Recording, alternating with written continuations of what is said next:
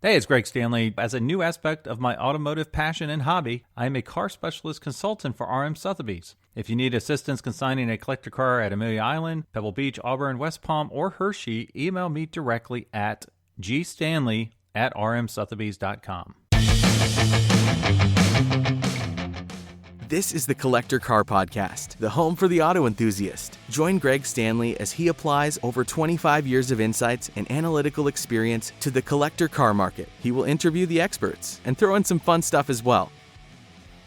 Hey, it's Greg Stanley. Thanks for joining us today. Today we have a true car enthusiast, Barney Ruprecht. Barney, how you doing today? Very good. Yourself? I'm doing wonderful. Thanks for joining us. And I know, we both help out somewhat with RM Sotheby's. You're a car specialist and I'm a consultant. So we have our online-only open road sale opening today. So if you would, could you kind of give us an overview of the auction that's starting today, and then we'll get into a little bit more about your passion for cars. Yeah, exactly. So, the sale opens today, and it's running in a timed format. So everything's available to, place bids now, and then the sale itself will happen about a week from today, the following Thursday, and things will close in a consecutive fashion. So very much like a standard time format, enter your bid and, click away until you win a car. My passion lies in, basically anything on four wheels. I'm a big post-war sports car fan. I'm equally into the 80s and 90s, boxes of Lancia Delta Integrales and RS200. So, pre-war Bentleys also gets me really excited. So, I'm equal opportunity on most things. Yeah, that's really, really cool. Now, are there a couple cars that you could call out that are coming up in this auction? I know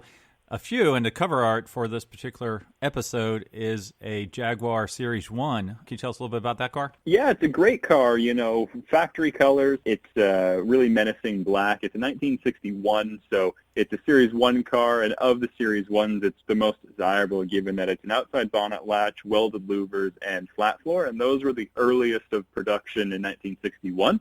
Halfway through 61, I believe, they lost the outside bonnet latch feature, and that's really prized by collectors. And it's a fantastic car, very, very high-level restoration with, Jaguar Concours results, to back that up, and judging sheets. So, it really is, among the finest E-types around, and, people say it's the most beautiful car ever made, and it really is most desirable of them all. Right. Yeah, really beautiful car. Then I noticed we have, not the opposite, but quite different. We have a handful of Series 2 Corvettes. What can you tell us about those? Yeah, so that's coming from a great collector, long-term Corvette ownership there. Edward Terry is the man who curated the collection, and it's being offered from his garage.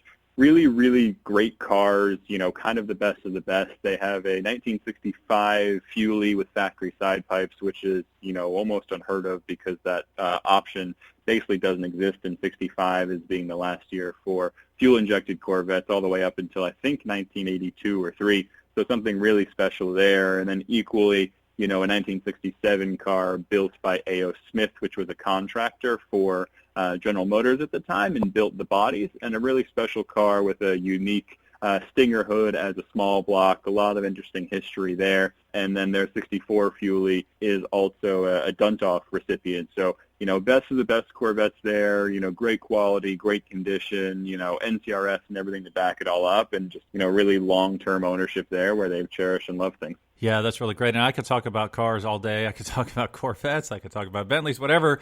Is there any other particular car you like to call out that you're familiar with from this auction that's kind of cool to you? Yeah, I'm a BMW guy. I had a 2002 for many years and loved it in the Golf yellow color. I like square boxes, as I said before. And there's a 1977 320i that's in the sale, which is, a true time capsule of originality and unbelievable condition. Great color in that orange. It's a really, really unbelievable example with, only something like 30,000 miles on the clock. And, for me, that's what I would almost take home. Right. Okay. And then I saw you have a car that's a little newer, and I'm curious about this car, the 2012 Mercedes-Benz SLS AMG. Are those starting to appreciate in your mind? Yeah, I think so. It's a really special moment in Mercedes, model production, actually. Very rarely do they make something that's truly limited today, but the SLSs, I think, were only available through, special dealer partners, and they were hard to get. Not that they're a numbered car, but very low production, special order only, not for dealer inventory. And, we've seen a number of examples, approach the 200,000 mark in the last 12 months alone. We offered, I think, 2 or 3 cars consecutively where we achieved those prices. And, I think they're a real special moment in time because, you almost never see gull-wing doors on, anything that's factory production that's outside of a Lamborghini or Pagani or something, crazy unique. And as a Mercedes, I think that's a really, special moment. And I'm a child of the 80s and 90s, so I love seeing the Porsches on there. A lot of 911s. And the 2 cars that kind of stick out to me are the American Muscle. There's a couple of Pontiacs, a 99 Pontiac Firebird Trans Am convertible, which, we're just now starting to see those get into the auctions. And then a 94 Pontiac Trans Am 25th anniversary. Are you seeing those pop up more and more in the auction world? Yeah, I've seen a couple pop up. Only just recently, I think I saw a couple of cars pop up on a competitor site. I'm really seeing them start to come through. They are a very unique type of car, unbelievable styling. Nothing else kind of looks like it. And, these things that you're still finding with, very, very low miles. Are what people want. Yeah, we're seeing that with the Fox bodies. They had a lot of record-breaking numbers come out a year or so ago. I mean, it makes total sense that would transition to the Camaros and the Pontiacs at the same time frame, so that makes sense. Well, I guess the last kind of group of cars I wanted to see if you could comment on are the AC Cobras, and specifically these are not the original 2000, 3000 series cars, but I think we have a 1000 series and an 8000. Could you kind of give us an overview of how do the different series work and when you're looking at AC Cobras? Yeah, I think they call them continuations as they are made by Shelby America, and they're using, the continued sequence from the original cars, as you say, in, different lineages. So I think they started somewhere in the late 90s, early 2000s with this idea, and they created the CSX 1000 cars. And we've got one of those, the 427. Those were the first cars that I believe were offered as a factory continuation, 100%, true replica, so to speak, of the original, done by the people that built them new, continuing in sequential numbers from, 1000 onwards. I believe all of them were in the aluminum body. Later series of the 4000, you had a choice between, fiberglass or aluminum for body and different, motor specifications.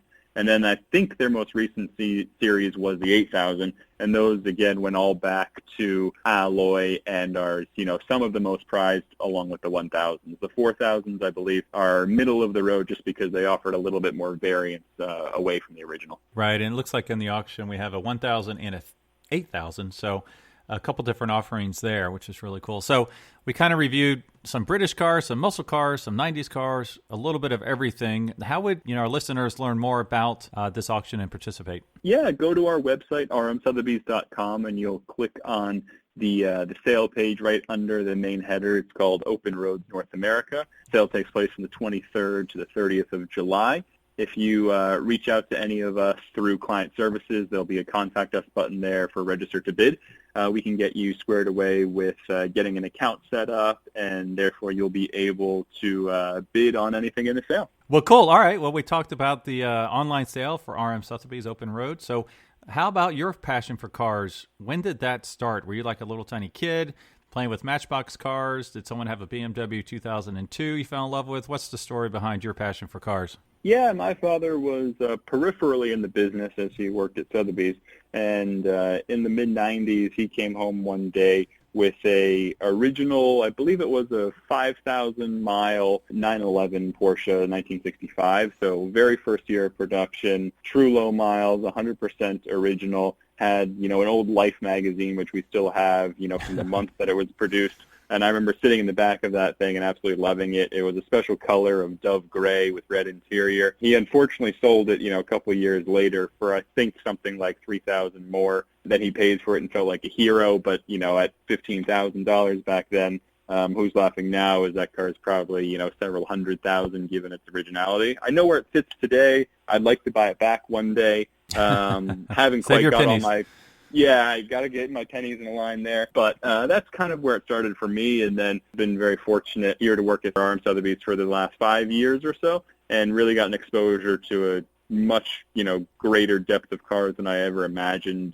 Growing up, I never had much of a pre-war experience. And today, pre-war Bentleys, through some client exposure and rallies and things like that, have, really caught my eye, and I've migrated away from what I started out being interested to, what gets me excited today. That's really, really great. Now, we know one car that's on your wish list, which is that original 911. Is there another car? I guess it would be a Bentley, but which Bentley? Oh, gosh, how could I choose? I did the Colorado Grand with a client in a 4.5 liter that was built as a rally car by Graham Moss, who's kind of the, preeminent pre-war Bentley person. That was pretty spectacular, but if I'm left to my own devices with a blank checkbook, I'm probably taking a Speed 6 Bentley with a Vandenpla open body, like the old Brooklyn's cars. Wow, that's a gorgeous car. Now, did they all come in British Racing Green? The factory race cars did. Other cars that were fitted with different bodies did have different colors back and forth, but the race cars were all green, to my knowledge. Now, in your travels, specifically over these last 5 years, is there a Barnfind story you can share? Now, I know sometimes they're clients of yours and you cannot share them, but is there a particular Barnfind story you can share? Yeah, absolutely. It's actually one of the best cars and consignments I've ever been involved with, where our friends at Hagerty Insurance, provided us a referral for a very sweet family that was from Texas that had an old 1955 Speedster in their garage that hadn't seen light of day in maybe 30 years. And, long story short, we end up reaching an agreement, bringing the car to our Hershey, Pennsylvania sale. And, they were probably expecting something around the range of $100,000 when we first started the conversation, and I, very happily told them it was worth a lot more. In the end, it smashed through high estimate, I believe, by memory, just shy of $400,000, which at the time was a record because neither of the blue cars had sold yet. That kind of set the world on fire that both Seinfeld bought and then we had the following year. And it was a really meaningful thing because, it was great where you can help out a family where the money really went to a good cause. They never knew what it could have been worth, and, the buyer got a great original car, and everyone walked away happy. And they were in the sale room, with tears, remembering their father who owned the car, and it was just a great event. Now, what color was this car? This was the orange one. It had been repainted years ago, and it wasn't a factory color anymore. I believe it was born white, and it was kind of an orange color that was very faded with, UV exposure. And I can't give you the name of the color because I don't think it's a Porsche color. I think he just kind of sprayed it that way, and it turned into something like orange. Wow, so like traffic cone orange, right? Exactly, yeah. A little bit more sun-faded than that. It was part of our Hershey, Pennsylvania sale in 2016. So if you go to our website and go to results, you'll see it there. We call it the Hershey Speedster here at work because it was the first time that we had really offered a sports car in that sale, which is predominantly American classics, but it just goes to show that there is a venue for every car. People like to focus in on what's most appropriate. That's true to an extent, but also if you present the right product at the right prices, people will find it. Now, is that the car that was seen on Hagerty's Barnfind Hunter? Yes, Tom Cotter did a feature on the car pre-auction, and then we got involved kind of at the end of that process when they finished doing their video. And then Tom also came to Hershey and, helped the sellers go through the process, and we're there. And it was, just a great, meaningful sale for everybody. That's great. Now, if you like Hagerty's Barnfind Hunter, go back a few episodes, and I interviewed Tom Cotter recently. And then if you like speedsters, go even back further and look at my 2 historic speedsters from one collection, where I interviewed a collector who actually owned one of the rare Carrera speedsters that is now in the Porsche Museum. And then also he sold Seinfeld, one of his first speedsters ever in the early 1990s. So if you like speedsters, we got plenty of content for you. Well, that's a great story. Now, what is your driver's car? Anything cool? Yeah, I've got a 250 Ferrari GT PF Coupe in the garage currently. Unfortunately, you might be seeing it for sale as, it's time to, move that one out and get something new. I've done everything I could ever imagine with it. I took it on the sports car market rally last year, 1,000 miles through Washington and Oregon with the president of RM, Ken On, and we had a great time there. I had the, both pleasure and misfortune of having to rebuild the motor. So I went through that process, which, makes you cry when you see the bill, but when you get it, you're, infinitely happier as, the car is running so well now. It's basically turnkey. The power, that it produces now is just, exponentially more than what it was when I first got it. So that's been a really, really great car. And, I've also owned 5 or 6 Lancia Delta Integrales over the years, but I've only owned them long enough to ever drive one of them. Each time I buy one, a friend wants one or something, and it wasn't 25 years old or something like that to get back to the U.S., so I've always sold it.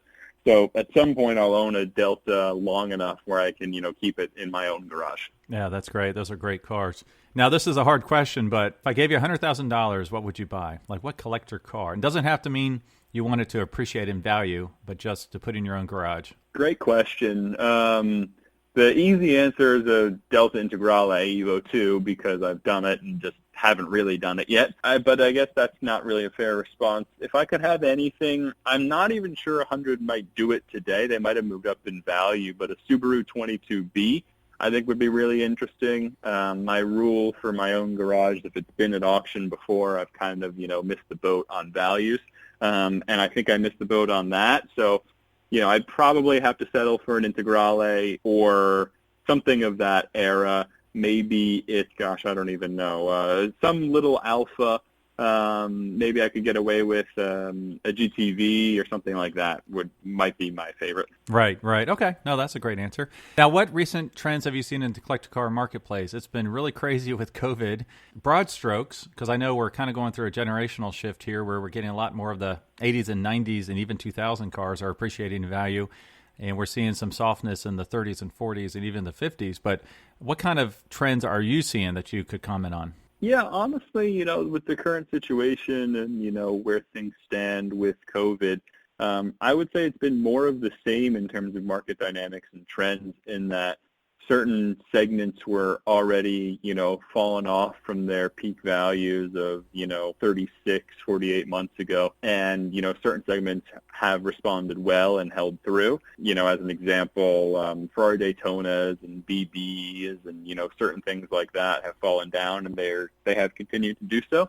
But other segments like this whole young timer group of pre-merger AMG cars and everything have come on strong. So I wouldn't say the virus has changed any one dynamic or segment in particular as a direct result. I'd say it's just more of a accelerated pace of what was already happening where lesser cars are, getting passed over and being told they're too expensive, but the truly great things are still selling. That's the hardest part today is getting access to the great stuff. All right. Well, I know with COVID, a lot of auction houses have transitioned from live events to online events. And I know RM Sotheby's famously transitioned the West Palm event in, 10 days or less. So what kind of activity are you seeing when you compare online versus live? Yeah, as you say, we had an existing online platform that we were able to basically flip the switch and turn on for the Palm Beach sale when the decision was made not to host it live. And since that time, we haven't looked back, and it's, certainly a market segment which we're very enthused about and are going to be investing into the future. So far all of our stats have seen a meaningful uptick against year over year facts and figures from their concurrent live events. As an example, we've had an average number of 20 bids placed per lot. That's probably a little bit higher than in a live event. 10% higher in terms of average number of bidders per sale. And we're averaging almost 40% higher in new bidder registration year over year than the, concurrent physical auctions. And, our website, traffic has gone up as well. And, it's a avenue that I think works for a lot of cars in certain price points. A live sale will still be a live sale for, the very high-end, very well-documented cars. But for kind of more of the mass market, online provides such a bigger avenue and reach for people that wouldn't necessarily attend an event. And, we've seen tremendous results and something we hope to continue. That's really great. Yeah, I've seen the numbers come through, and it's amazing how many folks we're getting from all over the world to register that had never registered with us before. So that's a cool trend to see happening. Now, one last thing, and I don't believe I gave you a heads up, so I apologize for this, but it's fun. I play a little game called Keep, Cash, and Crush. So I give you 3 cars, and you have to tell me which one you want to keep forever, which one you want to cash in, and then which one you don't mind sending to the crusher. So it's meant to be painful. And what's interesting is you actually mentioned one of the cars I picked. And I've met you before, but I don't know you that well. So I feel good about the squirm factor when I give you these 3 cars. So are you ready? I'm ready. I don't know if I'm prepared, but I'm ready. All right. So I decided to pick 3 cars. I know you like to drive your cars. So I decided to pick 3 driver cars. So the first one I picked is a Jaguar. Now, this is a recreation, a Jaguar XKSS recreation, one of 9 built. So the reason I picked a recreation, it just wouldn't be fair to pick a $30-40 million car for you. Now, these were, I think they stickered at about $1.2 million.